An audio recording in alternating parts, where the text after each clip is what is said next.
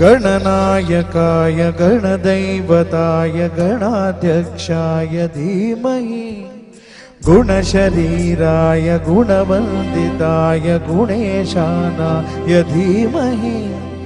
गुणाधीताय गुणाधीशाय गुणप्रविष्टाय धीमहि एकदन्ताय वक्रतुण्डाय गौरीतनयाय धीमहि गजेशानाय भालचन्द्राय श्रीगणेशाय धीमहि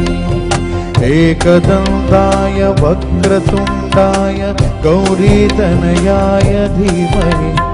गजेशानाय भालचन्द्राय श्रीगणेशाय धीमहि